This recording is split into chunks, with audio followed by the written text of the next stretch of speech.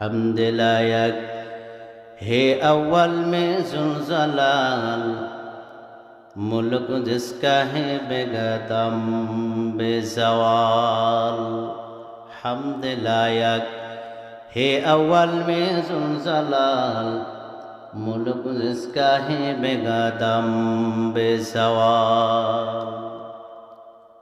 কেউ তো আপন নয় তোমারি, কেউ তো আপন নয়, কেউ তো আপন নয় তোমারি, কেউ তো আপন নয়, কেউ তো আপন নয় তোমারি, কেউ তো আপন নয়। তুমি যাদের ভালোবেসে করলায় জিন্দিগি, তারা তোমার হবে না যে কবর পথের সাথী, ঠিক কিনা? কেউ তো আপন নয় তোমারি, কেউ তো আপন নয়, কেউ তো আপন নয় তোমারি, কেউ তো আপন নয়। ফাইন্নাহু মুলাকিকুম, জিকির করি লা ইলাহা লা ইলাহা हो दौने सूरत कैना हो जय कोई अपना दे, सुबुला है हदा तो दखाए मिला, जबा ओ इला ला इलाहा इल्लल्लाह, मोहब्बत ला इलाहा इल्लल्लाह, खारत में करके बही तो ला इलाहा इल्लल्लाह, ला इलाहा इल्लल्लाह,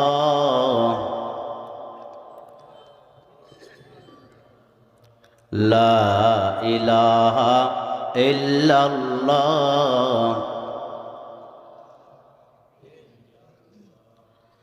ला इलाहा इल्लल्लाह, ला इलाहा इल्लल्लाह, मुहम्मदुर রাসূলুল্লাহ।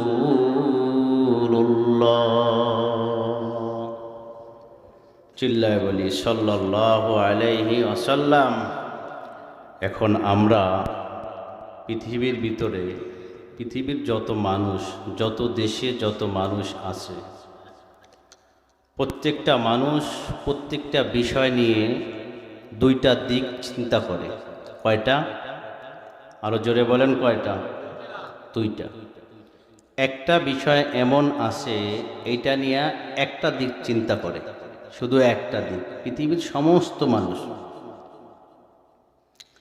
লন্ডনের এক বিজ্ঞানী এই বিষয়টা নিয়ে তিনি চ্যালেঞ্জ করছিল, কিন্তু এই চ্যালেঞ্জের মোকাবেলা করতে যা তিনি হেরিয়ে গিয়েছেন।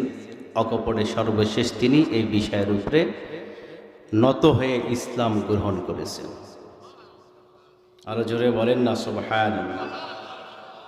আজকে এই মাহফিলে এসে আপনারা খুশি না বেজার? খুশির আওয়াজে বলেন আলহামদুলিল্লাহ। আল্লাহ আমাদের জিন্দেগির সমস্ত গুনাহকে ক্ষমা করুন। পাশে কবরস্থান আছে, কবরস্থানে অনেক আমাদের হিতাকাঙ্ক্ষী এখানে শুয়ে আছে। আল্লাহ তাআলা তাদের কবরের আযাবকে মাফ করে জান্নাতের মেহমান হিসাবে সকল কবরবাসীকে আল্লাহ কবুল করুক। চিল্লায় বলুন আমিন। জীবিত মানুষ এবং মৃত মানুষ সবাইকে আল্লাহ তাআলা মাফ করুন বলে আমিন। যারা অসুস্থ আছে সবাইকে সুস্থতা দান করুন, বলুন আমিন। এই মসজিদে যারা শুরু থেকে শেষ পর্যন্ত যারা আর্থিকভাবে সহযোগিতা করেছেন সকলের আর্থিক সহযোগিতাকে আল্লাহ কবুল করুক, বলেন আমিন। এবং যারা পরিচালনা কমিটির ভিতরে আছে আল্লাহ তাআলা তাদের এই খেজমতকে দিনের জন্য কবুল করুন, জোরে বলেন আমিন। তো একটা বিষয়ের উপর পৃথিবীর সমস্ত মানুষ একমত, এই বিষয়টা হইল কি ভাই? মৃত্যু। কি বলেন? পৃথিবীর মানুষ শুরু থেকে শেষ পর্যন্ত আসমান জমিনের মাঝখানে অনেক জিনিস, অনেক বস্তু, ছোট থেকে ছোট, বড় থেকে বড় আবিষ্কার করতে পারছে, দিক নির্দেশনা দিতে পারছেন, রূপ দিতে পারছেন, SMS করতে পারছেন।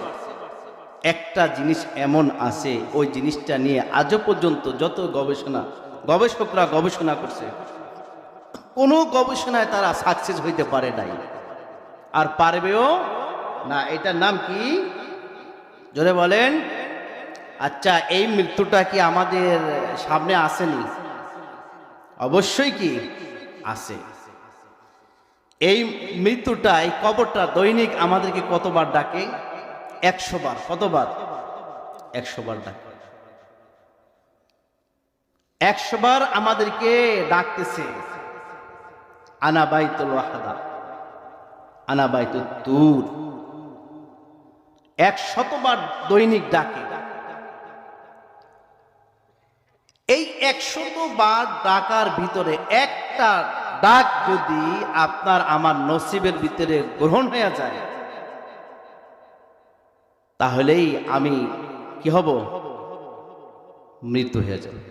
ফাইন্নাহু মুলাকিকুম। এই মৃত্যুটা আপনার আমার সাথে মোলাকাত করার জন্য 100 বার হাত দেন। কতবার? 100 বার হাত এগিয়ে দিচ্ছে। Just time, no complain.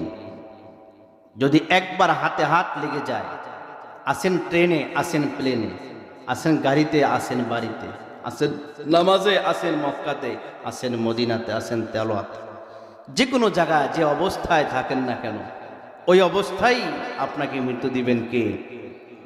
জোরে বলেন, কে দিবেন?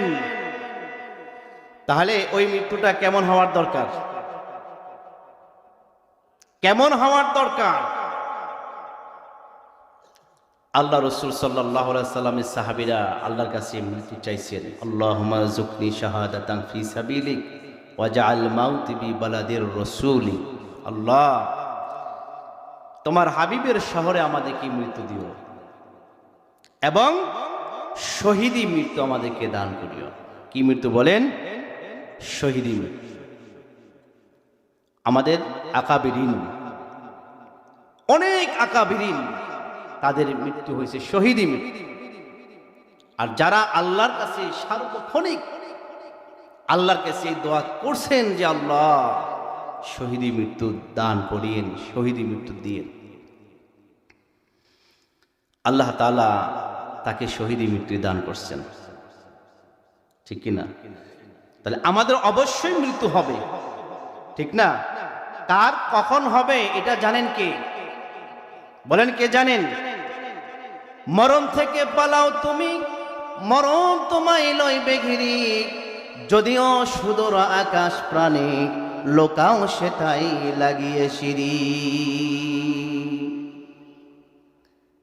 এই তো মহারোগের চিকিৎসা নাই, নাই সেই ঔষধ এই জগতে, বুঝিয়া কাতর কি হইবে পারিবে না কেউ ফিরাতে। কেউ পারবে? আমরা মনে করি বয়স হইলেই মনে হয় আমার মৃত্যু হবে। এই ধারণাটা একেবারে ভুল, ঠিক কিনা? ছোট্ট মাসুম এরা মারা যান না? বর্তমানে জরিপ আসছে বাংলাদেশিতে সবচেয়ে বেশি যাদের মৃত্যু হচ্ছে এটা হচ্ছে নওজোয়ানদের। কাদের বলেন? নওজোয়ানদের। বিভিন্ন নেশায় আসক্ত, বিভিন্ন টেনশন, রোড অ্যাক্সিডেন্ট, নৌপথ সড়ক দুর্ঘটনায়, এয়ারলাইন দুর্ঘটনায়, বিভিন্ন কলা কৌশলে যত মানুষ দুনিয়া থেকে বিদায় নিচ্ছেন, এর ভিতরে সবচেয়ে যারা মারা যাইতেছেন এরা যুবকরা বেশি। যুবকরা বেশি মারা যাচ্ছে। তো আমাদের আকাবিরিন হযরতরা বলেছেন, একটা বই আছে যে শাহাদাতে মৃত্যু, মৌতুত শাহাদা, শহীদি মৃত্যু কাদের কাদের হয়েছে, লম্বা এক কিতাব আছে। অনেক বয়স্ক লোকদের কিছু মৃত্যুর কিছু চিত্র এই বইয়ের ভিতরে তারা নিয়ে আসছে। কারণ আমাদের মৃত্যুটা এক নম্বরে ইমানের উপর হওয়া চাই। কিসের উপর? 2 নম্বরে শহীদি মৃত্যু। কে শাহাদত গরহে উলফত মে কদম রাখানা, লোগ সমঝতে হে আজান আমহে মুসলমান হোনা। তোমার যেই মৃত্যুটা শাহাদাতি মৃত্যু হয় নাই, শহীদি মৃত্যু হয় নাই, এটা কোনো মুসলমান, কোনো ইমানদারের মৃত্যু নয়। এই জন্য আমাদের কমপক্ষে এতটুকু দোয়া করা, নামাজের ভিতরে মৃত্যু দিও। কিসের ভিতরে বলেন না? নামাজের ভিতরে মৃত্যু দিয়ে আল্লাহ দিবে। মৃত্যু যে আপনার নামাজের ভিতরে হবে, আপনার নামাজি হইতে হবে না, হবে না। মসজিদে গেলেন না, নামাজে দাঁড়ালেন না, আল্লাহর কাছে বলেন আল্লাহ নামাজের ভিতরে মৃত্যু দিও। অযৌক্তিক কিনা? আর যদি নামাজ পড়েন, আর নামাজের পরে যদি আল্লাহর কাছে দোয়া করেন, আল্লাহ কত মানুষ কতভাবে মারা যায়, তুমি এমন একটা মৃত্যু আমাকে দিও যে মৃত্যুটা নামাজের ভিতর হয়। সুবহানাল্লাহ।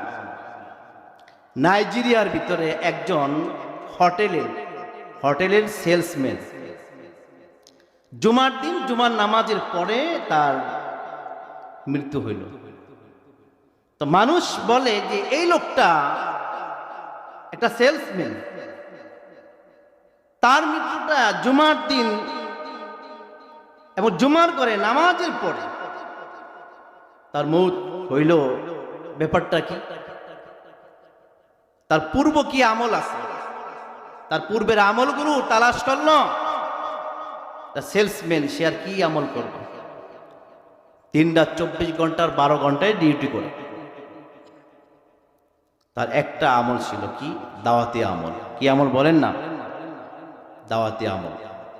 প্রত্যেক ওয়াক্ত নামাজে যখন ডিউটি করত, নামাজে যখন যাইতো, ফিল্ডে, ময়দানে, রোডে ঘাটে, পাড়া মহল্লায়, অর্থাৎ দোকান থেকে মসজিদ পর্যন্ত আসছে, যাকে দেখতো তাকেই এতটুকু কথা বলতো, ভাই আজান হয়ে গেছে, ওখানে মসজিদ আছে, পাশে মহিলাদের নামাজের জায়গা, ডান পাশে মহিলাদের, এই বাম পাশে মহিলাদের নামাজের জায়গা, ডান পাশে পুরুষের নামাজের জায়গা, ওই যে মসজিদ।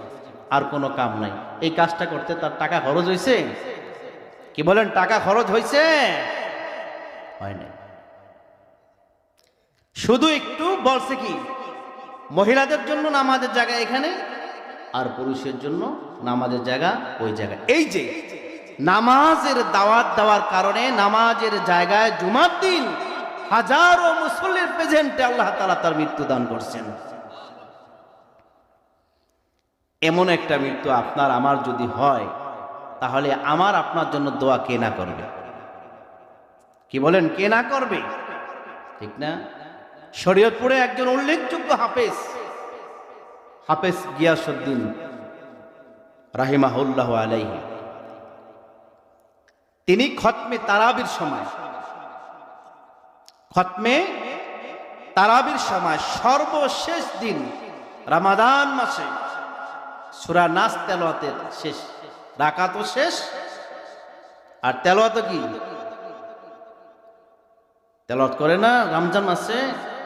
আলহামদুলিল্লাহি রাব্বিল আলামিন আর রহমানির রহিম মালিকি ইয়াউমিদ্দিন ইয়্যাকা না'বুদু ওয়া ইয়্যাকা নাস্তাঈন اهدنا الصراط المستقيم صراط الذين أنعمت عليهم غير المغضوب عليهم ولا الضالين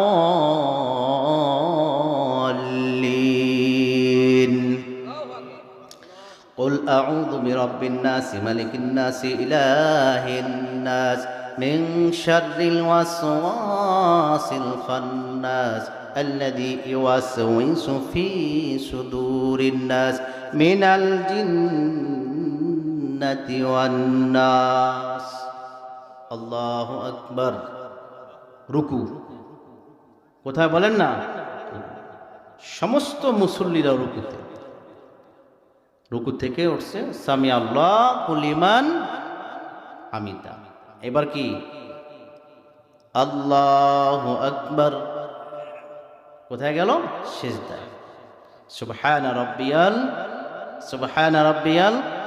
আলা এই যে পড়তেছে সুবহানা রাব্বিয়াল আলা সুবহানা রাব্বিয়াল আলা আল্লাহ তাআলা তার এই বান্দাকে এই মুহূর্তেই আল্লাহ তাআলা তার দরবারে নিয়ে গেছেন কেমন একটা মৃত্যু হয়েছে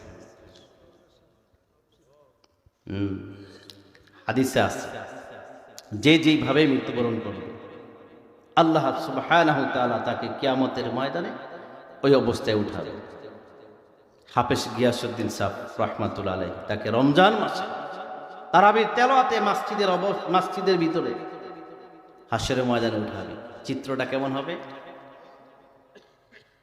চিত্রটা কেমন হবে সুবহানাল্লাহ এমন একটা মৃত্যু আমরা চাই কি চাই না হাফিজ হুজুর রাহমাতুল্লাহ আলাইহি হাসপাতালে বেডের ভিতরে তাহাজ্জুদ শেষ ফজর শেষ ইশরাক শেষ খাদেমকে বলে আমাকে টান করে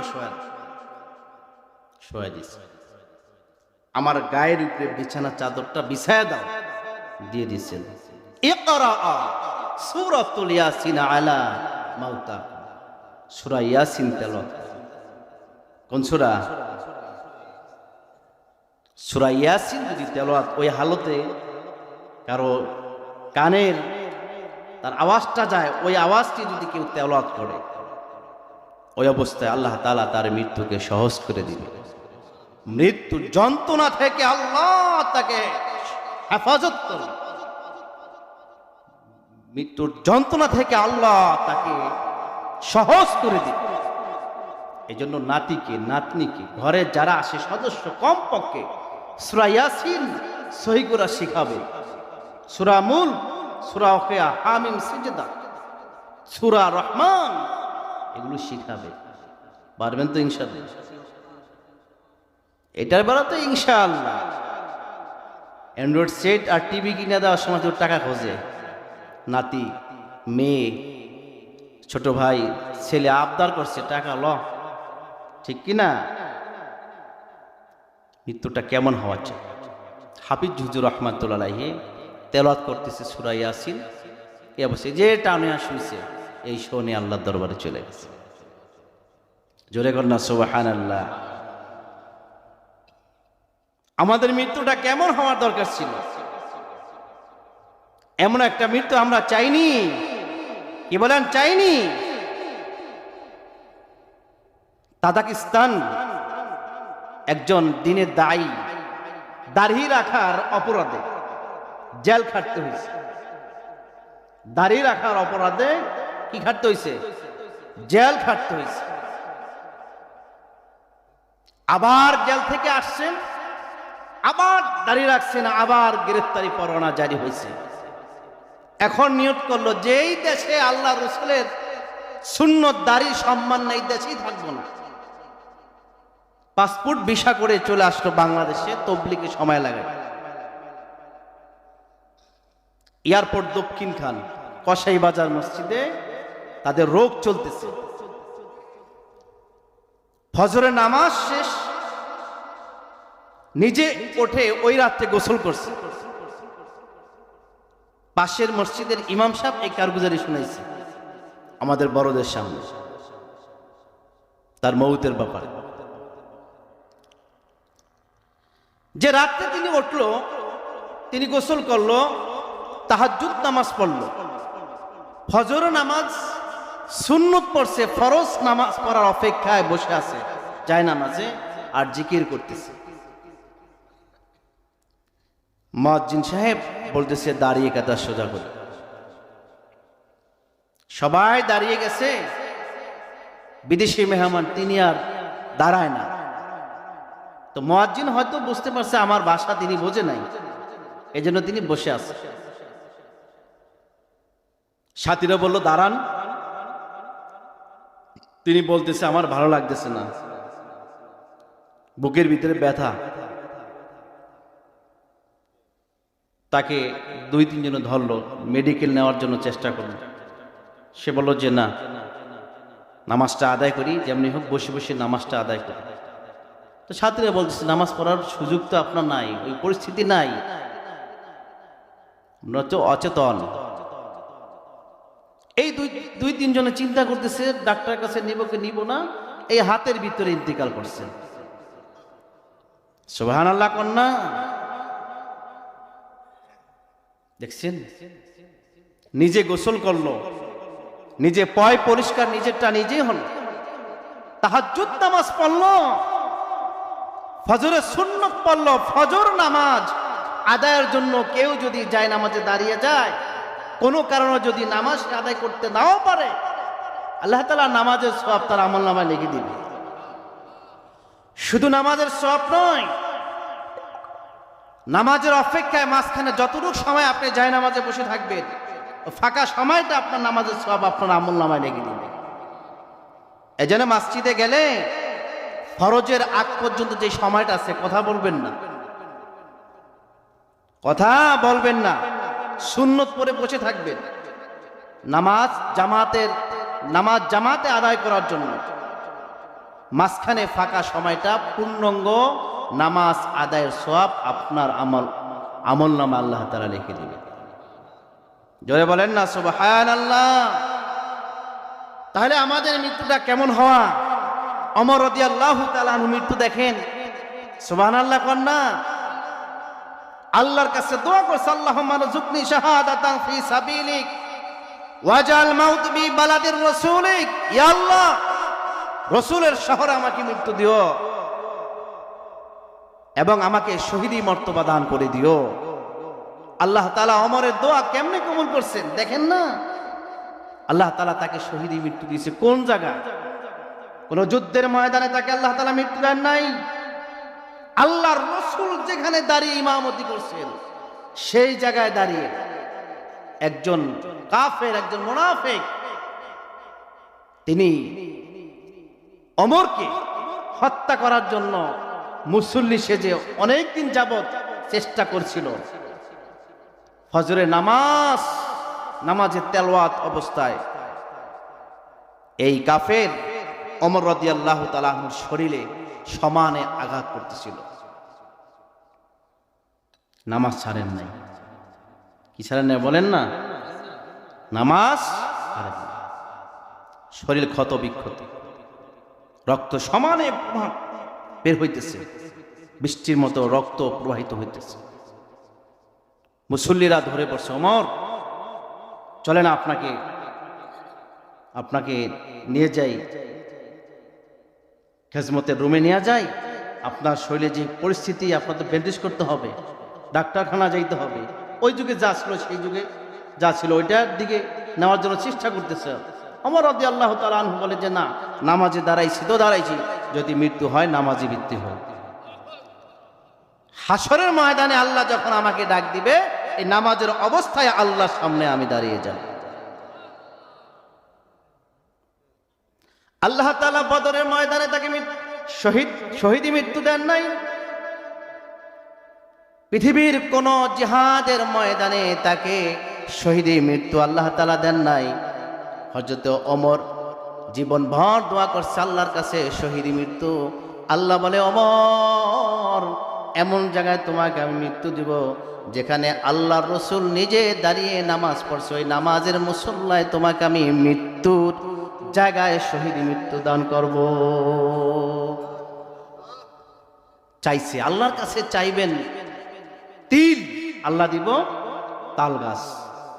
চাইবেন নদী, আল্লাহ দিব কি বলেন? সাগর।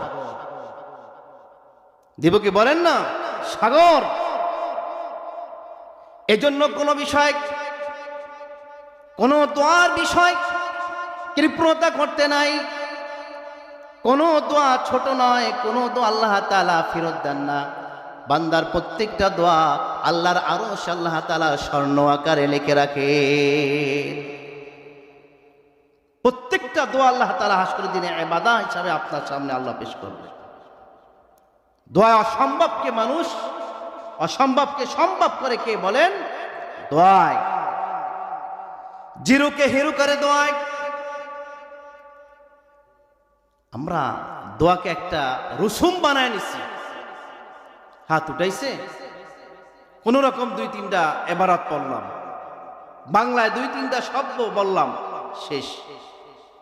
আরে দোয়ায় অনেক কিছু হয়। কি হয় বলে না? দোয়ায় অনেক কিছু হয়।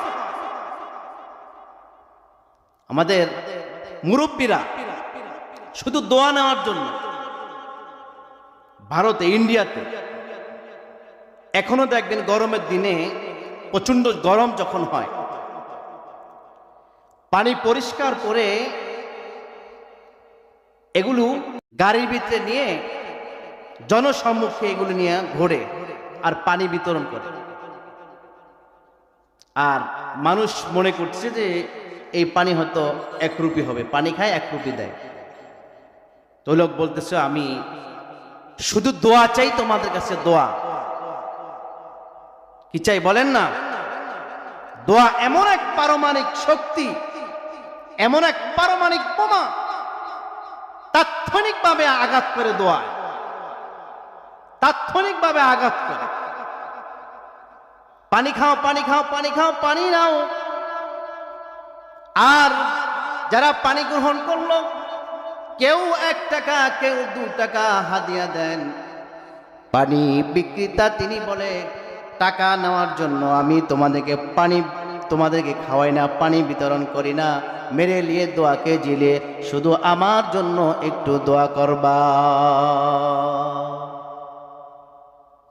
এর জন্য মানুষ মানুষের কাছে চায় কি বলেন?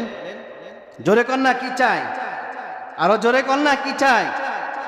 ওমর রাদিয়াল্লাহু তাআলা আনহু দোয়া করছেন, আল্লাহ আমাকে শহীদি মৃত্যু দান করেন, আপনার শহরে আমাকে মৃত্যু দেন।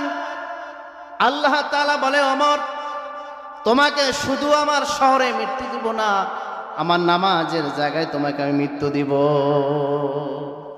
কোথায় দিয়েছে বলেন? ওমরের মৃত্যুটা কোথায় হয়েছে? যেখানে 2 রাকাত নামাজ পড়লে তার জন্য জান্নাত ওয়াজিব হয়ে যায়। সুবহানাল্লাহ কোন। যেখানে 2 রাকাত নামাজ পড়লে একটা কবুল উমরা হজের সওয়াব আল্লাহ তার আমলনামায় রেখে দেন। ওই জায়গার ভিতরে হযরত ওমরকে মৃত্যু দিয়েছেন কে? হযরত ওমর রাদিয়াল্লাহু তাআলা আনহু বলে, আল্লাহ আমার মৃত্যুটা দিও শাহাদাতে মৃত্যু, আর একটা দিও তোমার শহরে। আল্লাহ রাব্বুল আলামিন আর এক হাদিসে আছে, আমার দাফনটা দিও তোমার সাথে। ফি সাবিলিক ওয়াজআল মাউত বি বালাদির কবর। এবং আমার সর্বশেষ অবস্থাটা, কবরটা তোমার সাথে রাখিও।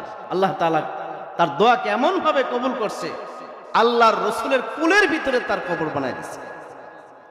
যেখানে কোনো সিস্টেম ছিল না, কোনো মশালাও ছিল না, যেখানে বাপ, যেখানে শ্বশুর, যেখানে নবী অর্থাৎ যেখানে মেয়ে, সেখানে বাবা, যেখানে স্বামী অর্থাৎ আল্লাহর রসুল, শ্বশুর আবু বকর, মেয়ে আয়েশা, 3 জনের কবর হবে।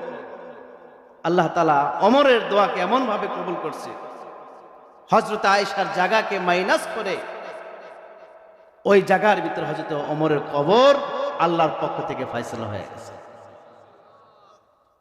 আল্লাহর রসুল মাঝখানে, আর 2 শ্বশুরকে 2 হাতে নিয়ে শুয়ে আছে। কোথায়? মদিনাতে। কোথায় বলেন না? কারণ 4 জন সাহাবী না, 2 জন জামাই, 2 জন শ্বশুর। হযরতে সিদ্দিক আকবর শ্বশুর, হযরতে ওমর শ্বশুর, হযরত ওসমান জামাই, আর হযরতে আলীও জামাই, ঠিক কিনা? এই চারজনের ভিতরে আল্লাহ যুগশ্রেষ্ঠ চারটা গুণাবলী দিছে। আসমান জমিনের মাঝখানে এই গুণাবলী পৃথিবীর অদ্বিতীয় আর কাউকে দেয় নাই। সুবহানাল্লাহ কন্যা। হযরতে সিদ্দিক আকবর সবচেয়ে নরম ছিল, দাওয়াতের ব্যাপারে আবার সবচেয়ে গরম।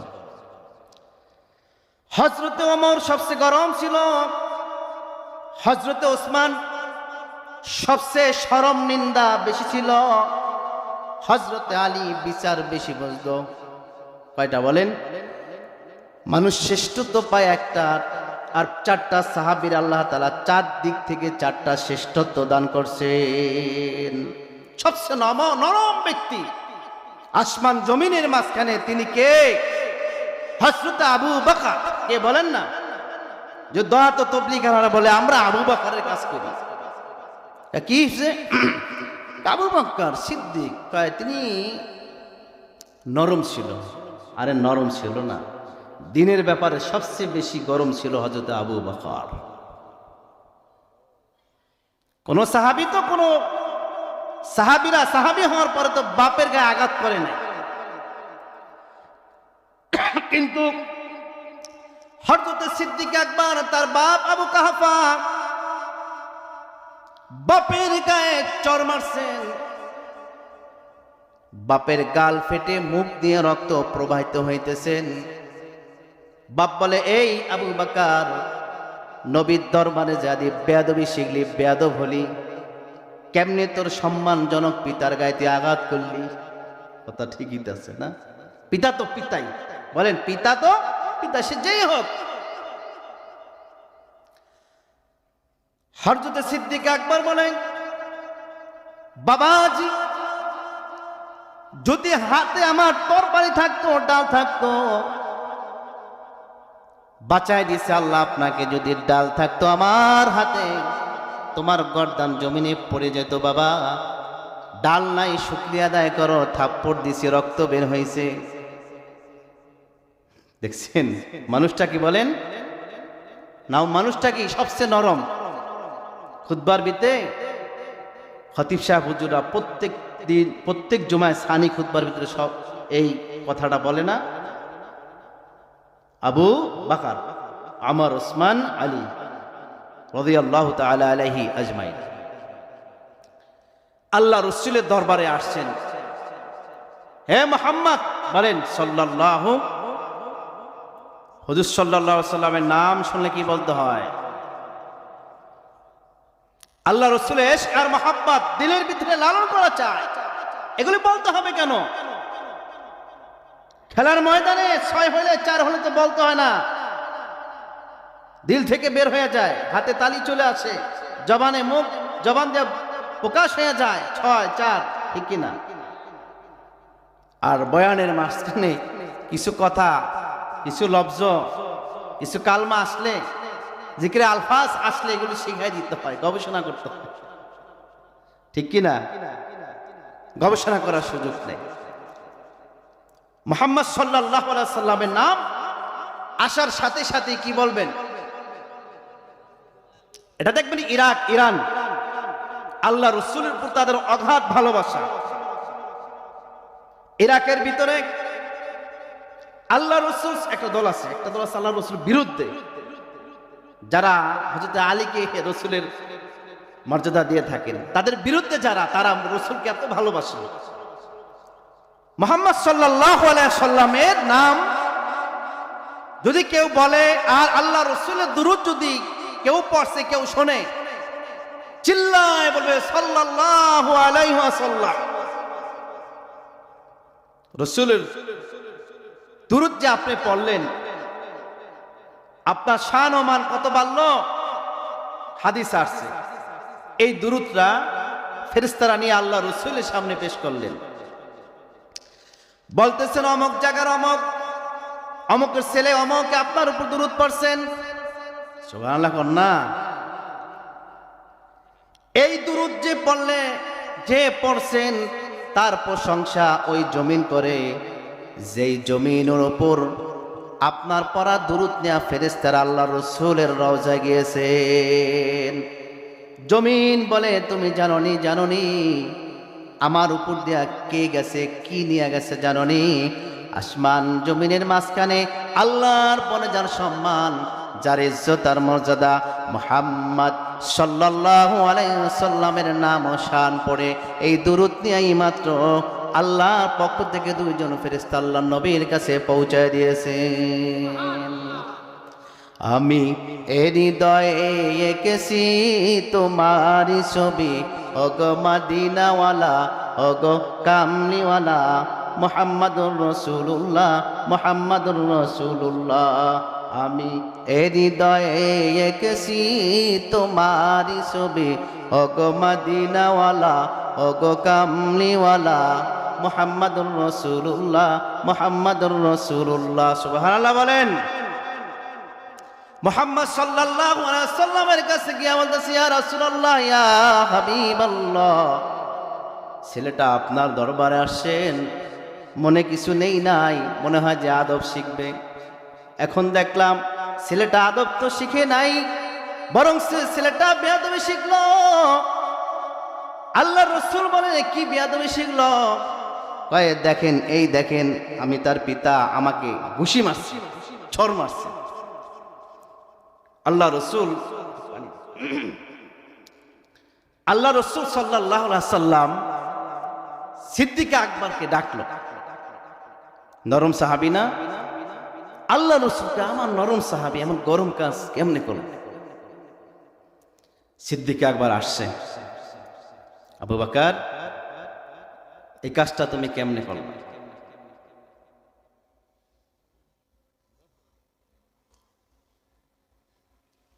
এই কাজটা তুমি কেমনে করো?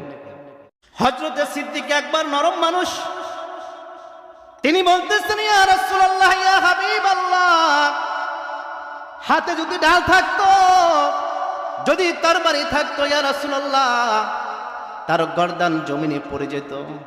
সুবহানাল্লাহ। নরম মানুষ আরো গরম হয়ে গেছেন। আল্লাহর রাসূল বলে, আবু বকর এত গরম কেন হয়েছে বলো?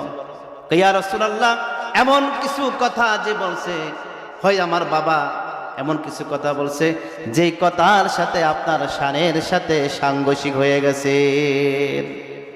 লা ইউমিনু আহাদুকুম হাত্তা আকুনা হাব্বা ইলাইহি মিন ওয়ালিদিহি ওয়া ওয়ালাদিহি ওয়ান নাসি আজমাইন। আরে আমার ভালোবাসা, আমার মহব্বত, আল্লাহর রাসূলের মহব্বত, আসমান জমিনে আমার ছেলে সন্তান যারাই থাকুক না কেন, তাদের চেয়ে যদি আল্লাহর রাসূলের ভালোবাসা আমার দিলের ভিতরে লালন করতে না পারি, ওই পর্যন্ত আমি মুমিন হইতে পারবো না। ঠিক কি না? কি বলেন ঠিক কি না? তো সিদ্দিক আকবর নরম, বটে অনেক গরম। বলেন বটে অনেক গরম। জিহাদের বদরের জিহাদের ময়দানে, রাগ করতেছেন আপনারা? জিহাদের ময়দানে, বদরের ময়দানে এদিকে সিদ্দিক আকবর, ওইদিকে তার আবার সন্তান আব্দুল্লাহ। নাম কি বলেন? জোরে বলেন, নাম কি? আব্দুল্লাহ। জিহাদের শেষে আব্দুল্লাহ আবু বকরের সামনে এসেছেন, মিটমিট করে তাকান, আবার নিচের দিকে তাকান, আবার আব্দুল্লাহ আবার হাসেন। বাবার সামনে যদি সন্তান কিছুক্ষণ বাবার চেহারার দিকে তাকায়, আবার নিচে তাকায়, আবার হাসে, বাবার তো অবশ্যই একটা মনের ভিতরে কৌশল জাগে, ব্যাপার কি? বাবা আবু বকর মানে, বাবা আব্দুল্লাহ রে, বিষয়টা কি? উপরে তাকাস, নিচে তাকাস, আবার হাসস। বাবা, জিহাদের ময়দানে আমার তরবারির সামনে আপনি কয়েকবার পড়েছিলেন, কিন্তু আপনি আমার সম্মানিত পিতা, এজন্য আমার তরবারি আপনাকে ক্ষমা করে দিয়েছেন বাবা। আমি আপনাকে আঘাত করি নাই, হত্যা করি নাই বাবা। সিদ্দিক আকবর বাবা এবার সন্তানকে কি বলে দেখেন, মানুষটা নরম না গরম? জোরে বলেন না, সিদ্দিক আকবর নরম না গরম? নরম মানুষ এখন কেমন গরম ইসলামের জন্য? আরে ভাই, ইসলামের জন্য গরম হইতে হবে। আল্লাহর রাসূল দাওয়াতের ক্ষেত্রে এত বিনয়, এত বিনয়, এত নরম, এত নরম, এত শরম নিন্দা, মনে হয় আসমান জমিনের মাঝখানে আর অদ্বিতীয় এমন কোনো শরম নিন্দা মানুষ নাই। জিহাদের ময়দানে আল্লাহর রাসূল গেলে জিব্বা কামড়াইতো, কি কামড়াইতে বলেন না, জিত উঠতো, জিব্বা কামড়াইতো, মনে হয় শেষ করে দিত। আর দাওয়াতের ক্ষেত্রে কি বলেন না, দাওয়াতের ক্ষেত্রে বিনয়, বলেন না কি বিনয়। আল্লাহ রাসূল সাল্লাল্লাহু আলাইহি সাল্লামের বক্তব্য দিতে হয় নাই, মন্তব্য করতে হয় নাই, বয়ান করতে হয় নাই, শুধু রাসূলের আদর্শ আর ভালোবাসা দেখে কাফেররা মুসলমান হয়েছে। আর আমাদের আদর্শ দেখে মানুষ আমাদের কাছ থেকে ছিটকে পড়ে যায় যে মুসলমানের আদর্শ কেমনে হয়। একটা রিসোর্টে গেলে, মদের ভারে গেলে, একটা মদের বোতল, একটা গ্লাস যদি ভেঙে যায়, দোকানের সেলসম্যানরা বলে excuse me sir, don't mind, কোনো সমস্যা নাই, আপনি বসেন, আর একটা গ্লাস এনে দিচ্ছি। এই ব্যবহার তাদের। আর মসজিদে এসো যদি একজন মুসল্লি একটা গ্লাস ভেঙে ফেলে, আর একজন মুসল্লি বলে তোর বাড়ি এটা ঘর, চোখে দেখাস না, হুশ নাই, দেখে চলতে পারস না, ব্যবহারটা হইল কি বলেন, হয়েছে নি? অথচ দেখেন মদের ভারের ভিতরে তাদের ব্যবহারটা কি। তাহলে মানুষ কোন ব্যবহারটা গ্রহণ করবে? মসজিদওয়ালাদের ব্যবহার যদি এত দুর্গন্ধ হয়, মসজিদের বাহিরে যারা আছে তাদের ব্যবহার তো অনেক সুগন্ধ। আল্লাহ রাসূল সাল্লাল্লাহু আলাইহি সাল্লামের আদর্শ আর মানবতা আর ভালোবাসা দেখেই কাফেররা মুসলমান হয়ে গেছে। আমাদের বয়ানের ভিতরে, বয়ানাতের ভিতরে আমরা এমন কিছু কথা জাতির সামনে আমরা পেশ করি যে কথা শুনে মানুষ ইসলাম থেকে ছিটকে পড়ে। অথচ হাদিসে আছে যেই কথা বলতে অসৌন্দর্য, শুনতে অসৌন্দর্য, যেই কথা শোনা বলা গুনাহ, এটা দেয়া মেসাল দেওয়া নিষেধ, দৃষ্টান্ত দেওয়া নিষেধ। কোরআন হাদিসে কত কৌল, কত দৃষ্টান্তমূলক আলোচনা, কত দিক নির্দেশনার আয়াত আছে না নাই? কি বলেন, আছে না নাই? ওগুলো বাদ দিয়ে আমরা হাসির বস্তু, হাসির খোরাকগুলো জাতির সামনে আমরা রাখি, মানুষ হাসুক আর আনন্দ মজাক করুক আর আমার সময় পার হোক। আর রাসূল সাল্লাল্লাহু আলাইহি সাল্লামের কথায় কত বিনয় ছিল, বয়ান করতে বসলেই এইভাবে তাকাইত। সকলের চেহারা আল্লাহ রাসূলের দিলের ভিতরে নিয়ে গেছে, মুস্কি মুস্কি হাসতো, নেগেটিভ কোনো কথা বলতো না, নেগেটিভ কোনো কথা বলেন না, বলতো না। সুন্দর সুন্দর কুল্লু মারুফ, সুন্দর সুন্দর কথা বলতো। এজন্যই তো সাহাবীরা মানতো, সাহাবীরা সাহাবীর জন্যই বইছে। আল্লাহ রাসূল একবার বলতো এক কথা, সাহাবীরা সাথে সাথে সেই কথাটা মেনে নিত। স্বর্ণ হারাম হয়ে গেছে পুরুষের জন্য। কাদের জন্য বলেন? পুরুষের জন্য। একবার আল্লাহ রাসূল বলছে আজ থেকে স্বর্ণ হারাম পুরুষের জন্য। যার কাছে যা ছিল, যার দোকানে যা ছিল, সব স্বর্ণ তারা ফেলিয়ে দিয়েছে। আঙ্গুলের ভিতরে, গলার ভিতরে স্বর্ণের চেন ছিল, ফেলিয়ে দিয়েছে। একজন সাহাবীর ঘটনা এমন আসছে, আঙ্গুল স্বর্ণের আংটির সাথে আটকে গেছে, খুলতে পারে না, হারাম হয়ে গেছে। হারাম বস্তু হাতের ভিতরে রাখবে না, যদি এই অবস্থায় মারা যায় হারাম এই অঙ্গ নিয়ে কবরে যাইতে হবে, জাহান্নামে যাইতে হবে। আঙ্গুল কাইটা স্বর্ণ সহকারে আঙ্গুলও ফেলাইছে, স্বর্ণও ফেলাই দিয়েছে। এই ছিল সাহাবী, এই ছিল কি বলেন না সাহাবী। আমরা হলে কি বলতাম? আরে আমার উপরে স্বর্ণ হারাম হয়েছে, আমার বিবির উপর তো হয় নাই, আমার মেয়ের উপর হয় নাই, আমার বিবির উপর হয় নাই, আমার মেয়ের উপর, আমার মায়ের জন্য হারাম হয় নাই, খালার জন্য হারাম হয় নাই, বোনের জন্য হারাম হয় নাই। এই প্রশ্ন আমরা করতাম কি করতাম না? সাহাবীদের কোনো প্রশ্ন নাই, হারাম তো হারাম, বলেন না হারাম তো হারাম। হারাম হয়ে গেছে। হারাম থেকে কিভাবে পরিত্রাণ পাবে এই ফিকির সাহাবীদের ছিল। আজকে হারাম বস্তু নিয়ে আমাদের জিন্দেগি চলতেছে। খাওয়ার লাইনে হারাম, অর্থের লাইনে হারাম, পুঁজির লাইনে হারাম, ব্যবসার লাইনে হারাম। সুদী ব্যবসা আসেনি, কি বলে না আসেনি? লা ইয়াদখুলুল জান্নাহ জাসাদুন গুদিয়া বিল হারাম। জান্নাতের গেট কয়টা? 8টা জান্নাতের গেটে লেখা থাকবেন লা ইয়াদখুলুল জান্নাহ জাসাদুন গুদিয়া বিল হারাম। 8টা জান্নাতের দরজায় লেখা থাকবে। পা থেকে মাথা পর্যন্ত একটা মানুষের বডির ভিতরে 60-65 কেজি গোস্ত, 8-9 কেজি, 7-8 কেজি হাড্ডি থাকে, 5-6 কেজি, 5-6 লিটার রক্ত থাকে। যারা পরিমাণ যদি এখানে অসৎ টাকা অর্জিত কোনো সম্পদ বা কোনো পোশাক শরীরের ভিতরে থাকে, এই শরীর এই পোশাক পরে যদি আল্লাহর ইবাদত করে, কোনো ইবাদত আল্লাহ পর্যন্ত পৌঁছবে না। এখানে ছাড় পাইছেন, ইমাম সাহেব ছাড় দিছে, বক্তা সাহেব ছাড় দিয়ে দিছে, মতলি সাহেব ছাড় দিছে, সভাপতি সাহেব ছাড় দিছে। ওই যে জান্নাতের গেটের ভিতরে লেখা উঠবে লা ইয়াতাখাফফাফুহু ইলাল জান্নাহ।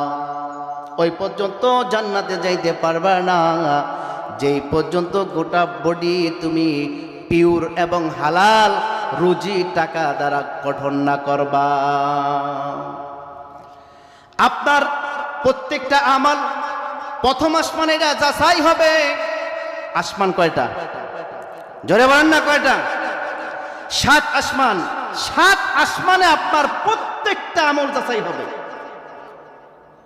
একবার বলছেন সুবহানাল্লাহ, প্রথম আসমানে যাচাই হবে, আবার দ্বিতীয় আসমানে যাচাই হবে, তৃতীয় আসমানে যাচাই হবে, চতুর্থ আসমানে যাচাই হবে, পঞ্চম আসমানে যাচাই হবে, ষষ্ঠম আসমানে যাচাই হবে, 7 নম্বর আসমানে আল্লাহ নিজেই এবার যাচাই করবেন। পালাবার সুযোগ আছে? কি বলেন আসেনি? নাই। এজন্য হালাল খাওয়া, সকল প্রকার অবৈধ অর্থ থেকে আমাদেরকে বেঁচে থাকতে হবে, ঠিক কি না? দোয়া কবুল হওয়া সত্য হালাল খাওয়া, কি বলেন না? হালাল খাওয়া। হালাল খেনেওয়ালা দোয়া আল্লাহ ফেরত দেন না। হালাল খেনেওয়ালা দোয়ার জন্য দারুল উলুম দেওবন্দ মাদ্রাসা উস্তাদরা অপেক্ষা থাকতো।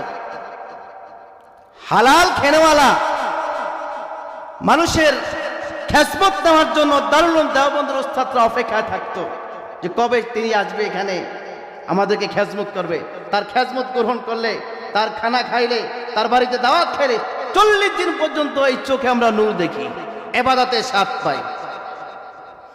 দারুল উলুম দেওবন্দের এক ঘাসওয়ালা ছিল, ঘাসওয়ালা ঘাস বিক্রি করত। তো এই ঘাসওয়ালার 1 টাকা ঘাস বিক্রি করল। এই 1 টাকাকে 4টা ভাগ করত। কয়টা বলেন? 4টা। 1 অংশ নিজের জন্য, 2 অংশ তার ফ্যামিলির জন্য, 3 নম্বর অংশ তার বিধবা বোনের জন্য, 4 নম্বর অংশ দারুল উলুম দেওবন্দ মাদ্রাসার হুজুরদের খেজমত করত। তো একদিন এই ঘাসওয়ালায় ঘাস বিক্রি করতে যাবে, গাছের বস্তা নিয়ে রাস্তায় দাঁড়িয়ে আছে, বাজার যাবে। একজন নেতা আসছে, নেতা সাহেব। তো নেতা সাহেব বলে যে এটা কি ঘাস, কত টাকা? 1 টাকা, দিয়ে আস আমার বাড়িতে। তো যেহেতু নেতা সাহেব বলছে, কথাটা ডিনাই করার সুযোগ নাই, তিনি এবার মাথায় বহন করে এই ঘাস নিয়ে নেতার বাড়িতে গেছে। এখন বলে স্যার আমার টাকাটা দেন। নেতাকে এত বড় সাহস, বস্তা বোঝা টাকা আমার বাসায় পৌঁছে দেয়, আর তুই 1 বস্তা ঘাস আমার কাছে দিয়ে টাকা চাস? তো সাহসটা কত বড়! আমাদের নেতাদের তো এই আচরণ সব না, ঠিক না? ভালো নেতা আছে না নাই? কি বলেন, আছে না নাই? ভালো নেতৃত্বের হাকিকতওয়ালা, ওই রকমের ন্যায় শাসন করেনেওয়ালা, কোরআনী শাসন চালানোওয়ালা ওই রকম ব্যক্তিত্বের কাছে যদি আমরা যাইতাম, তাদেরকে সব লাইনে আমরা উৎসাহিত করতাম, তাহলে আমাদের দেশটাও আফগানিস্তানের মতো হয়ে যেত, ঠিক কিনা? কি বলেন, ঠিক কিনা? নেতাগুলো দোষ দিয়া লাভ নাই, দোষ তো আমাদের। আমি ঠিক হই না আগে, ঠিক কিনা? কি বলেন, ঠিক কিনা? তো গাছওয়ালার গাছ তো দিয়ে আসছেন, এখন টাকা যখন চান টাকা আর দেন না। তিনিও এবার বলতেছেন টাকা না দেওয়া পর্যন্ত আমিও আপনার বাড়ি ছাড়বো না। তিনি আল্লাহর কাছে হাত উঠাইছে, আল্লাহ আমি গরিব মানুষ, আমার এই টাকার ভিতরে 4 জনের হক আছে, আল্লাহ আমার হক যেই পর্যন্ত আমার কাছে পৌঁছায় না দিবে এই পর্যন্ত আমি এই নেতার বাড়ি ছাড়বো না। আমার হক যদি আমার কাছে না দেয়, তোমার কাছে বিচার দিলাম আল্লাহ, আমার ঘাসও যেন তার গরুতে না খায়। মাজলুমের দোয়া কবুল হয়ে গেছে, কি বলেন না? মাজলুমের দোয়া কবুল হয়ে গেছে। ঘাস গরুর সামনে দিচ্ছে, গরু ঘাস খায় না। বাছুর তার মায়ের দুধ খায় না। একদিন 2 দিন চলে গেল, বিষয়টা অন্যরকম। এবার নেতাজি বুঝতে পারছে তার হক যেই পর্যন্ত তার হাতে না দেব ওই পর্যন্ত গরু তার হক গ্রহণ করবে না। এমন কিছু মানুষের দোয়া আছে যা আল্লাহ তাআলা কবুল করে। এমন কিছু মানুষের হাত কিন্তু আল্লাহ একবার আসমানের থেকে উঠায় দেয়, আল্লাহ তাআলা ফেরত দেয় না। এমন লোক আছে না নাই? আছে, বহুত আছে। তার হাত আল্লাহর কাছে কবুল হয়ে গেছে। ঘূর্ণিঝড় শুরু হয়ে গেছে, বাছুর দুধ খায় না, না খেয়ে বাছুর মারা যাবে অবস্থা। গরুও ঘাস খায় না, না খেয়ে মারা যাবে অবস্থা। এখন অনেকেই পরামর্শ দিল, স্যার ওই গরিব মানুষটাকে আপনি আর ঠকায়েন না, ওটা বসিরাতওয়ালা লোক, শুধু আপনার কাছে আপনার হক চাইছে। আপনার বিরুদ্ধে যদি আল্লাহর কাছে অভিযোগ দেয় আপনিও কিন্তু ধ্বংস হয়ে যাবেন। এই কথা শোনার পরে বলে, যাও ঘাসওয়ালার টাকা ঘাসওয়ালার কাছে দিয়ে হবে। সুবহানাল্লাহ। আবার বলে, এখন তুমি আমার গরুর কানে যা বলে আসো যে আমি আমার হক পাইছি, এখন তোদের হক ঘাস তোর এখন বুঝে নে, খা। সুবহানাল্লাহ। এই যে 1 টাকা, তার 1 টাকা 4টা ভাগ করত, 4 আনা 25 পয়সা, যেটা এটা দারুল উলুম দেওবন্দ মাদ্রাসার ওস্তাদের খেজমতের জন্য দিত। সাব্বির ওসমানী রহমাতুল্লাহ আলাইহি বলেন যে আমি প্রত্যেক 40 দিন পরে অপেক্ষায় থাকতাম ওই ঘাসওয়ালা কবে আমার কাছে এই হাদিয়া নিয়ে আসবে, তার হাদিয়া আমি গ্রহণ করব। কেন? তার হাদিয়া একবার খাইলে আমি 40 দিন পর্যন্ত ইবাদতের নূর পাই, স্বাদ পাই। দুনিয়ার হায়াত হালাল খেনেওয়ালার অবস্থা আল্লাহ তাআলা বহিঃপ্রকাশ করে দেখান, ঠিক কিনা? তাহলে কি বলছিলাম, 7টা আসমানে আপনার প্রত্যেকটা আমলনামা যাচাই হবে। সর্বশেষ 7ম আসমানে আল্লাহ নিজেই আপনার আমলনামা যাচাই করবে। আপনি কি আল্লাহর জন্য করছেন না কোনো ব্যক্তির জন্য করছেন? আপনি কি হালাল খেয়ে করছেন না হারাম খেয়ে করছেন? এটা দেখবেন কে? বলে না, কে দেখবেন? সেই দিন কিন্তু আমাদের ধরা খাইতে হবে, ঠিক কিনা? কি বলেন? সেই দিন আমাদের ধরা খাইতে হবে। যেন বলতেছিলাম যে আমাদের মৃত্যুটা যদি শহীদি মৃত্যু হয়ে যায়, জান্নাতি মৃত্যু হয়ে যায়, এর থেকে সুবর্ণ সুযোগ আর আমাদের কিছু, বলেন না? এমন একটা মৃত্যু আমরা চাই কি চাই না? জোরে বলেন, চাই কি চাই না? আপনাদের আওয়াজ কমে গেল। দেখবেন আসমান জমিনের মাঝখানে এমন আমরা বহু দেখেছি, বহু শুনেছি, যাদের ঈমানের উপর মৃত্যু হইল, যাদের ঈমানের উপর মৃত্যু হয়েছে, তাদের লাশটা পর্যন্ত আল্লাহ তাআলা কবরের ভিতরে সেফটির ভিতরে রাখছেন, ঠিক কিনা? সুলতান মাহমুদ গজনবী রহমাতুল্লাহ আলাইহি, তিনি ছিলেন আফগানিস্তানের বাদশাহ। কোন দেশের বলেন? প্রতাপশালী বাদশাহ ছিলেন। 17 বার অ্যাটাক করছিলেন। মানুষ তার নাম শুনলে ভয়ে কাঁপত। এত বড় মুসলিম সৈনিক বাদশা ছিল।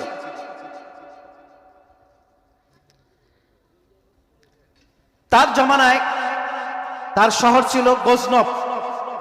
ওই যুগে যে প্রেসিডেন্ট থাকতো, ওই যুগে যে বাদশা থাকতো, বাদশা যেখানে থাকতো ওইটাকেই ওই দেশের রাজধানী হিসাবে ঘোষণা দিত। এখন আফগানিস্তানের রাজধানী কাবুল। সুলতান মাহমুদ, বাদশাহ সুলতান মাহমুদ মারা যাওয়ার 48 বছর পরে, কত বছর বলেন? 48 বছর পরে ভূমিকম্প হয়েছে। ভূমিকম্প হয়েছে পরে পাহাড় ভেঙে তার কবরস্থানের উপর পড়ে গেছে। তো ওটাকে ঠিকঠাক করার জন্য ফ্রান্স থেকে ইঞ্জিনিয়ার আনছে, যে সুলতান মাহমুদ রহমাতুল্লাহ আলাইহি তার কবরটা ভেঙে গেছে, চুরমার হয়ে গেছে, এটাকে সুন্দর করে মেরামত করতে হবে। তো এটাকে ঠিকঠাক করার জন্য ওই সময়ের বাদশা ছিল জহির খান। তো ফ্রান্স থেকে যেই ইঞ্জিনিয়ার সাহেব আনছেন তার কবরটা ঠিকঠাক করার জন্য, কবরের ভিতরে ঢুকে প্রবেশ করে দেখে যে সুলতান মাহমুদের লাশ অক্ষত অবস্থায় এখন আছে। তিনি ভিতরে ঢুকলো, ঢোকার পরে দেখে বাচ্চা যেমন তার মা যেমন তার বাচ্চাকে বুকের দুধ খাওয়ায়, বুকে নিয়ে যেভাবে দুধ খাওয়ায়, দুই হাত এমনি নামাজের শুরুতে সুলতান মাহমুদ গজনবী রহমাতুল্লাহ আলাইহি তার কবরের ভিতরে এভাবে শুয়ে আছে। দাফনের কাপড় পরা অবস্থায় কিভাবে কি বলেন না শুয়ে আছে। কত বছর পরে বলেন না, কত বছর পরে? কত বড় বাদশা ছিল। বাদশা হওয়ার পরেও তিনি আল্লাহর কোরআনে তাফসীর বর্ণনা করছেন। হাকিমুল উম্মাত আশরাফ আলী থানভী রাহমাতুল্লাহ আলাইহি অনেকগুলো কওল, অনেকগুলো ওয়াকিয়া সুলতান মাহমুদ গজনবী রাহমাতুল্লাহ আলাইহির নিজের বক্তব্য থেকে তিনি নিয়ে আসছেন। ওমা খালাকতুল জিন্না ওয়াল ইনস ইল্লা লিয়াবুদুন, এই আয়াতের তাফসীর করতে যায়া সুলতান মাহমুদ গজনবী রাহমাতুল্লাহ আলাইহির ঘটনা হাকিমুল উম্মাত আশরাফ আলী থানভী সাহেব নিয়ে আসছে। এই আয়াতের অর্থ হলো আল্লাহ তাআলা দুনিয়ার ভিতরে যত মানুষ পাঠাইছে আল্লাহর ইবাদত করার জন্য, কি করার জন্য বলেন? আল্লাহ তাআলা বলেন ওয়ামা খালাকতুল জিন্না ওয়াল ইনসা ইল্লা লিয়াবুদুন, ও মানুষ সকল, তোমাদেরকে দুনিয়ায় পাঠাইছি আমি আল্লাহর ইবাদত করার জন্য, আমি আল্লাহ দাসত্ব করার জন্য, আমি আল্লাহর পরিচয় পাওয়ার জন্য দুনিয়ায় তোমাদেরকে পাঠাইছি। এই আয়াতের তাফসীর লিখতে যাইয়া হাকিমুল উম্মাত আশরাফ আলী থানভী রাহমাতুল্লাহ আলাইহি ছোট্ট একটা ঘটনা নিয়ে আসছেন। সুলতান মাহমুদ রাহমাতুল্লাহ আলাইহি তিনি তার রাজ্যের ভিতরে এই আয়াতের তাফসীর করতে যায় তিনি বলেন যে আলাম বি আন্নাল্লাহা ইয়ারা, আসমান জমিনের মাঝখানে বান্দা যা করে কেউ না দেখলে দেখেন কে, কেউ না শুনলে শোনেন কে, কেউ না বুঝলে বোঝেন কে। আল্লাহ তাআলা বলেন ওয়া হুয়া মাআকুম আইনামা কুনতুম আল্লাহু বিমা তা'মালুনা বাসীর, আমি আল্লাহ তাআলা সব দেখি, সব জানি, সব বুঝি, তারপরে আমি আল্লাহর শক্তি তোমাদের সাথে বিরাজমান আছে। সুবহানাল্লাহ।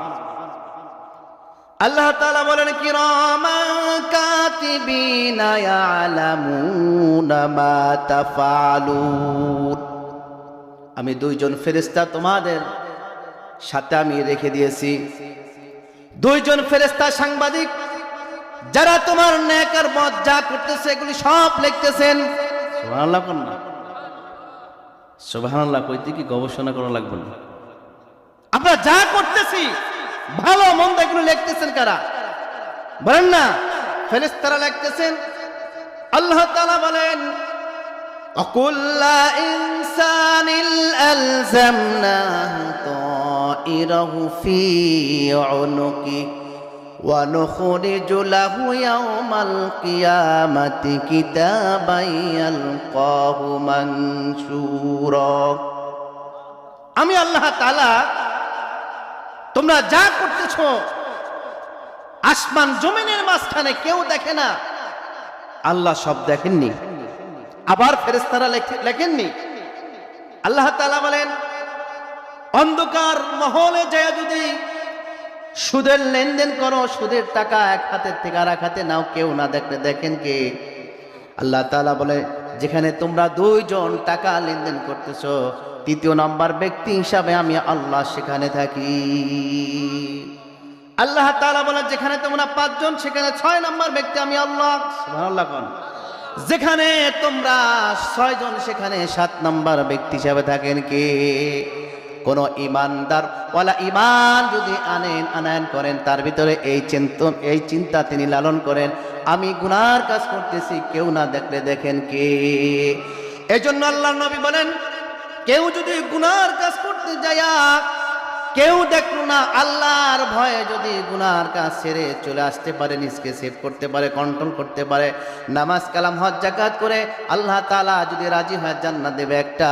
আর গুনার কাজ করতে যাইয়া যদি আপনি নিজে নিজে ফিরে আসেন, আল্লাহ খুশি হয়ে আপনাকে জান্নাত দেবে 2টা। ঠিক না? আর ওয়াজ লাগেনি। আমি একজনের ক্ষেতের একটা জিরাত, একটা মরিচ বা একটা ফল ইত্যাদি আমি নিয়ে আসলাম, কেউ দেখতেছে না। যদি ঈমান ভিতরে থাকে, আমি এই কথা বলবো। আমার সাথে আছে কি আর একজন?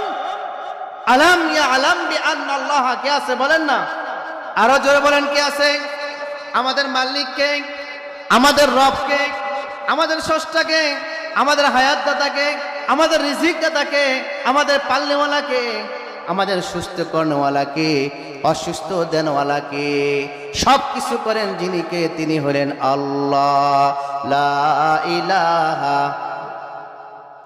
ইলাহা। তাহলে আল্লাহ তাআলা বলেন আমি সব দেখি, সব জানি, তারপরও এগুলো একটা কিতাবের আকারে লিখি। তোমার 50 বছরের হায়াত, কেবিনের ভিতরে কি করছো, হস্টেলের ভিতরে কি করছো, একাকী রুমের ভিতরে কি করছো, জঙ্গলার ভিতরে যা কি করছো, কেউ দেখে নাই। আল্লাহ বলে এগুলি সব আমি দেখছি। শুধু আমি দেখি নাই, এগুলি সব কিতাবের আকারে সব লিখছি। সুবহানাল্লাহ। কোন হাসরের ময়দানে আল্লাহ তাআলা প্রত্যেকটা মানুষকে দাঁড়া করাইবেন, আর প্রত্যেকের হাতে একটা করে কিতাব দিবেন। সুবহানাল্লাহ বলেন। প্রত্যেকের হাতে একটা করে কিতাব দিবে।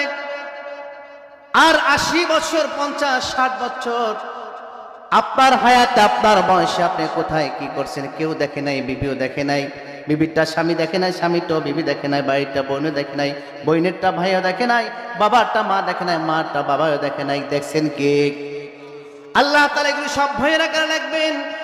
লেখার পর আল্লাহ তাআলা প্রত্যেকটা বই প্রত্যেকের হাতে দিয়ে দিবেন। সুবহানাল্লাহ। বিচার আল্লাহ শুরু করবে কেমনে দেখেন। আপনার 80 বছরের সমস্ত আমলনামা একটা বই হবে, কিতাব হবে। এই কিতাবটা আপনার হাতে দিবে। হাতে দেওয়ার পর আল্লাহ বলবে ইকরা, পড়ো এবার। কিতাবাকা কাফা বিনাফসিকা লিয়াউমা আলাইকা হাসিবা। বান্দা 80 বছর, 50 বছর, 60, 70 বছর কোথায় কি করছো না করছো এগুলো সব এখানে লেখা আছে। আল্লাহ তাআলা বলেন ফামাইয়া আমাল মিসকালা যাররাতিন খায়রান ইয়ারা ওয়া মাইয়া আমাল মিসকালা যাররাতিন শাররান ইয়ারা। সেই দিন আপনি দেখবেন যতটুকু আপনি ভালো কাজ করছেন এগুলি সব এই বইয়ের ভিতরে আছে, আর যতটুকু আপনি খারাপ কাজ করছেন এগুলি সব কিতাবের ভিতরে আছে। ওয়ালা তাজিরু ওয়াজিরাতুন উজরা উখরা। অন্যের কোনো দোষের জন্য আপনাকে সেই দিন চাপায় দেওয়া হবে না, চাপায় আল্লাহ তাআলা দিবেন না। এবার আল্লাহ আপনাকে বলবে তোমার বিচারের জন্য তুমি নিজেই যথেষ্ট। এবার তুমি বলো 80 বছর জিন্দেগির ভিতরে বান্দা কোন জায়গায় কি কাজ করছো, কতটুকু ভালো করছো, কতটুকু খারাপ করছো, তোমারটা এখন তুমি দেখো, তোমার বিচার তুমি করো। সেই দিন আমি লজ্জিত হব, আমার কিতাবের দিকে, বইয়ের দিকে যখন আমি তাকাবো, যখন আমি দেখবো নামাজ নাই, রোজা নাই, যাকাত নাই, হজ ফরজ হজ নাই, মসজিদ মাদ্রাসায় গোরস্থানে দানের জন্য যখন কথা আসতো চেয়েছিল, তখন এই খাতার ভিতরে আমার নাম নাই। এমন লোক আছে না নাই? কি বলেন, আছে না নাই? দান করলে মানুষের মান বাড়ান কে? জোরে বলেন না। আপনি যেটা দান করছেন, আপনি কবরে যান নাই, আল্লাহ দরবারে এখনো আপনি পৌঁছান নাই, জান্নাতে আপনি যান নাই। দুনিয়ায় থাকা অবস্থায় যেটা পাঠাইছেন এটা আপনার জন্য, আল্লাহর কাছে যে জান্নাতে যাওয়ার জন্য সুপারিশ করবেন। এমন কিছু আমল আমরা করতে চাই কি চাই না? কি বলেন? দান করলে তার মাল কে বাড়ায় দেন? বহুত হাদিস আছে, বলেন না, বহুত হাদিস আছে। অনেক প্র্যাকটিক্যাল এটার এই প্রতিধান দুনিয়ার ভিতরে পাইছে। আমাদের যে মানিক সাহেব, তিনি তার ফ্যামিলি সহ আলহামদুলিল্লাহ কোনো সময় কোনো কমতি নাই।